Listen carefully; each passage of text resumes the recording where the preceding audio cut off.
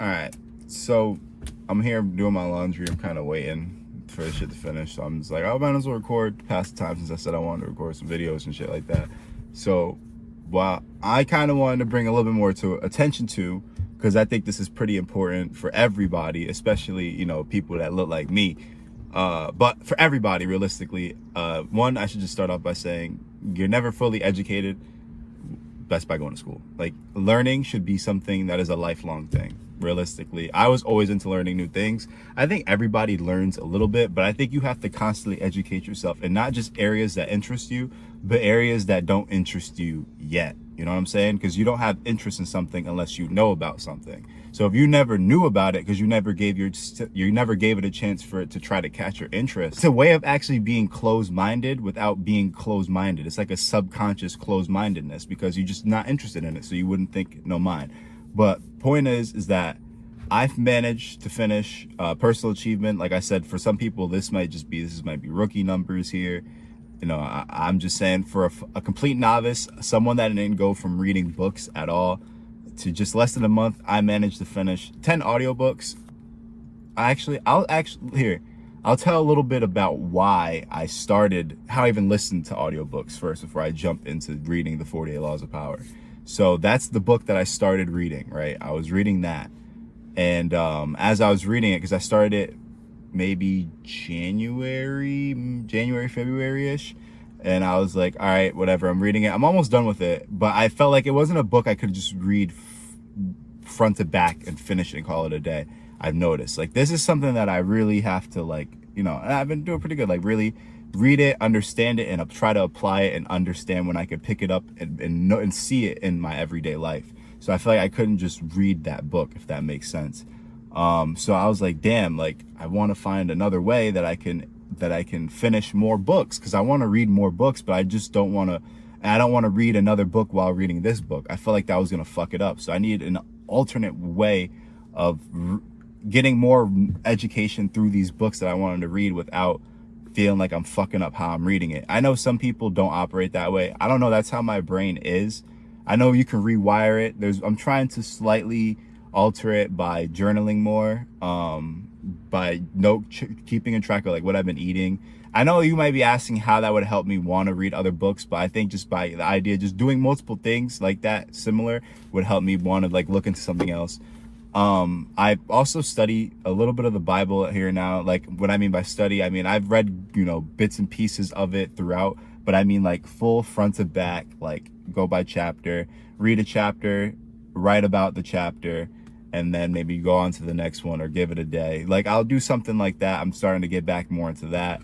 And, but I wanted to ingest more knowledge and finish more books without fucking up my progress, I felt like, and eventually pushing away the 48 Laws of Power. So I was like, what do I do? And I was like, oh yeah, they have audiobooks. So I went and ordered a couple I signed up for the $15 subscription because I like the idea of getting a credit with the other books that come in the membership. I know this probably sounds like a fucking Audible plug right now, but trust me, I'm not sponsored by Audible, but I do like the idea of reading or ingesting some sort of audiobook, and I highly recommend it to everybody.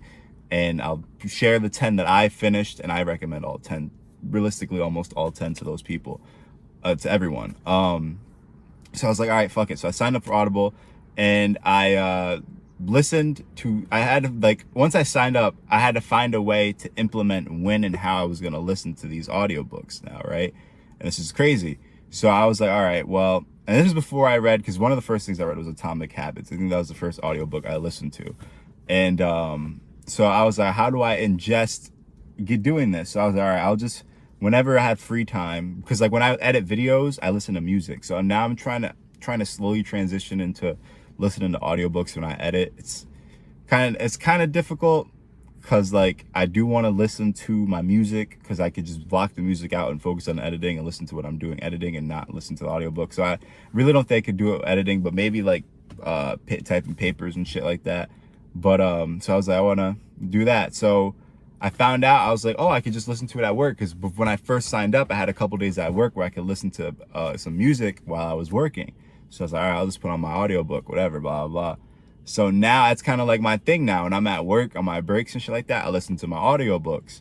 So I get 8 hours of just straight audiobook. That's how I was able to finish so many, because the way I implemented it into my daily life was in a time where I had time outside of being able, where I basically had 8 hours of free time. I'm not even gonna lie to you, like work to me, I know this is completely off topic, but work for me, like an 8-hour work day, is really not work. Like, it doesn't feel accomplishing enough for me to be like, yeah, I did something with my day, I can go. It's more like, fuck, I had to do 8 hours doing this, and now hopefully I have enough energy to actually do what other things that I want to do. You know what I'm saying? So like, I don't get that sense of accomplishment anymore from going to work. It's just a thing I have to do.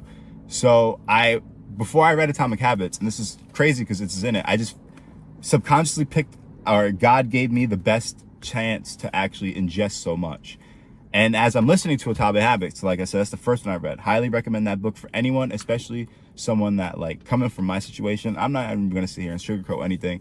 I had just had my heart crushed, all right? And I just needed something to do to pass time. And also, as I'm doing this, I'm learning more about myself, new behaviors that I have that I never had before, different tendencies, both good and bad, and just trying to find a way to basically restructure my whole life, because I went from being with someone for 2.5 years.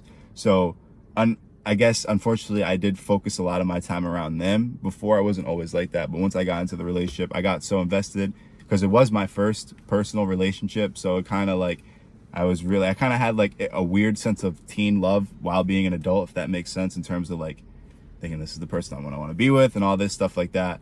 So, you know, going from that type of mindset to being, oh shit, like, you kind of know it's going to happen, but you didn't think it was going to happen so soon. So now it's like your whole existence, you have to like refix yourself, basically. And there's a couple things that I haven't done, that I have done not proud of. There's a couple things that I haven't done that I'm not proud of because I haven't done those things, but there's things that I have done and a lot of accomplishments that I have gotten that I am proud of. And that one of them is definitely reading more. Damn, I got sidetracked for a second. It's back to Atomic Habits. So that book I recommend to anyone that's ultimately trying to restructure their life, whether you're coming from a depression, a heartbreak, an awakening, like in terms of just realizing like you need to change, you know what I'm saying? Like you're coming to grips with reality. I definitely recommend that for everyone, only because it kind of helps you understand. The book goes into detail about identifying good habits and identifying bad habits, and how to remove your bad habits, and how to identify them, like I said, like from the environment, and how to kind of support and promote good habits, and how to build better habits out of the good habits you have now. So like how I built now, when I go to work, I have to listen to an ebook. It's crazy. I didn't think it was like that. Now it's like, I try to go to work one day without like being able to do it. I was like, oh, I'm not gonna do it. And it's like, once I get out of break to go on break, I have to listen to an audiobook. Like, I don't even go to listen to music no more. I'll listen to an audiobook. It's crazy. But I like that though now, because now I have so much time to actually listen to what I want to learn realistically. And it also talks about how like it's the small things that add up. And what the next book that I had, we moved on from that afterwards, which is another one I recommend, is The Compound Effect by a guy named Darren Hardy, which is basically some of the same things that the Atomic Habits goes into, but all maybe just from a different perspective in terms of the author, realistically, because I would definitely say the content between both is much, if not practically all of the same. Yeah, because Atomic Habits, like, it was like how the basically atomic part isn't big, but it's the small, minuscule things that add up to the big change. And then, like I said, the compound effect goes into the effect of compound, of it just something being added every day or something often. It builds up, you know what I'm saying? Like, for example, my reading, it started off with me, I didn't read at all. I mean, realistically, I read like stuff online, news, articles, summaries, PDF files, stuff like that. But like, to get a book, I haven't did shit like that since high school. So when I actually went and got, into reading and shit like that, when I was in the Dominican Republic last year around this time, and I read Millionaire Fastlane by MJ DeMarco. And that book really opened my mind up, because whenever I travel, it opens my mind up to a different perspective on life. And going out the country for the first time and seeing how it is, it kind of really makes you think and it opened it up. So reading that around that time really, and I finished that book fast. I finished that book in like a week. I think I have a couple chapters left, but I literally like read for most of it to the point where I was like the last couple chapters maybe, but maybe I'll pick that shit up again and read it again, because a lot of these books definitely could read it twice. That's another one that's not on this list as an audiobook, but a book that I actually read, Millionaire Fastlane by MJ DeMarco. If you haven't yet, definitely pick that up. That shit is a really good book. On top of that, back to what I was saying with Compound Effect, it's much the same. It just kind of reinforces the ideas that the Atomic Habits kind of talked about, whichever pattern you read it in. I think I liked how I read it from Atomic Habits going into Compound Effect, because it kind of was like crazy, but people probably read Compound Effect first and Atomic Habits, or none of them, probably read something else. And then after that, I believe I read, let me just check real quick, because I can't even really remember. I gotta go. And if you don't believe me, I could actually just pull up the stats real quick too. So like my listening time, like total, was that like 2 days, 15 minutes, 14 hours. It's not a lot, but from someone, like I said, that didn't really read at all, like I definitely like, you know, monthly. So I started in May, at the very end of May, it was like 2 hours, 49 minutes. Then in June, it jumps up to 34 hours and 22 seconds. Or 22 minutes, yeah, 22 seconds. And then here in July, 25 hours and 26 minutes when we're, what is it? It's July 7th. Still not a lot. There's people out there that's probably got a hell of time already. But, you know, I have listened to audiobooks, just not today yet, since it's pretty early in the day.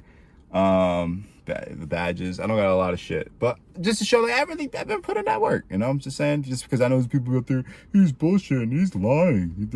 No, I'm actually fucking telling the truth. I've read The Richest Man in Babylon. That, out of all the ones, maybe one more, probably The 10X Rule by Grant Cardone, really good book.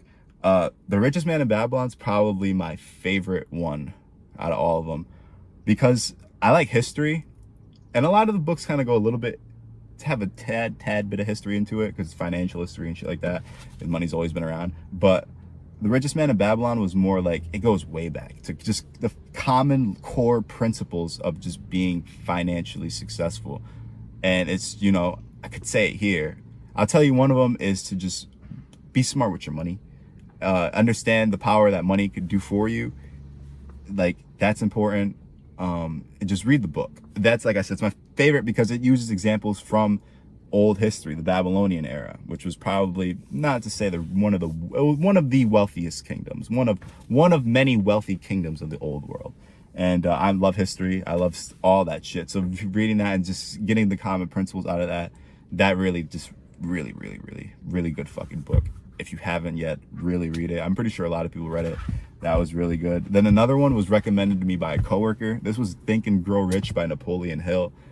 I liked it. It was on the longer scale. I think this was like a 12 or 13 hour one. I enjoyed it. It was a lot of these finance books, because a lot of them were finance books and a couple self-helps. So a lot of them have some self-help in it, because financial success and financial education is kind of like self-improvement and self-development. So I consider it much of the same, because it's all aspects of your life, and your life makes up yourself. But Think and Grow Rich kind of it basically goes over more of the foundation and the common core principles of having wealth, but not those ancient ones, because a lot of it jumps through different periods of time. At least because I read the yeah, my phone overheated because it got hot in the car, so I have to leave the AC on low. So hopefully that's not like too distracting, just so it can kind of cool my phone off a little bit. But it kind of just reinforces the compound, the foundation, the core principles of finances. How more, you can't get more basic than that. I guess it's a highly recommended book. I didn't think it was bad. I liked it. Did I take anything away from it?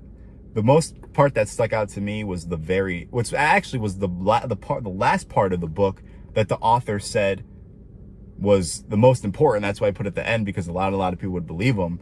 And this one I could say, because I think it goes true with everything. It's just having faith in what you do, and having faith that you can achieve what it is. You know what I'm saying? And one of the things it talks about too, now I'm talking about it, is just that that sun is gonna tear this fucking phone up. So I'm gonna try to get through this The next one I read was, I think it's more like a podcast, because it was about like, it's kind of seemed more like a questions and answers sort of thing. This was The Science of Money by Brian Tracy and Dan Strutzel. That one was fairly good. Another finance thing, opens your mind up on the questions. The 10X Rule by Grant Cardone, like I said, probably my second favorite. Definitely close tie with The Richest Man in Babylon. That one, what's there just not to like about Grant Cardone? He's just an all-around amazing guy. I like how he thinks. He's always just about doing what others won't do. I think you have to, that's the type of mind you gotta have. And it's just the things you have to amplify. That's kind of what the book's about. It's just amplifying whatever it is you want to do by the extreme. Like, you have to be extreme with it. You can't be basic. People are always saying about setting realistic goals. You have to set, he was basically saying no matter how absurd it may sound to other people, write it down and plan about how that is what you want to achieve it. And hey, you'd rather want to undershoot an extreme goal, because you'll still have a way crazier outcome than you thought, versus undershoot an average realistic goal and you come up short. You know what I'm saying? So like, he was like, would you rather have a dream where you wanted to get $1 million, that was your goal, and you came up $500,000 short, or would you want to have a dream where you wanted 10,000 and came 5,000 short? You know what I'm saying? Like, he was like, so you got to think big, and I respect that. And the next one I read, because I gotta get going, is that my phone is gonna fuck up. I just seen like it do the flicker. I read two books on ChatGPT and AI and real estate to introduce that into my next goal in life, which is become a realtor and build a team. The other books, I'm trying to go through this as fast as possible, was If You're Not First, You're Last by Grant Cardone, another amazing book, and The Psychology of Selling by Brian Tracy. All amazing books. Get into it.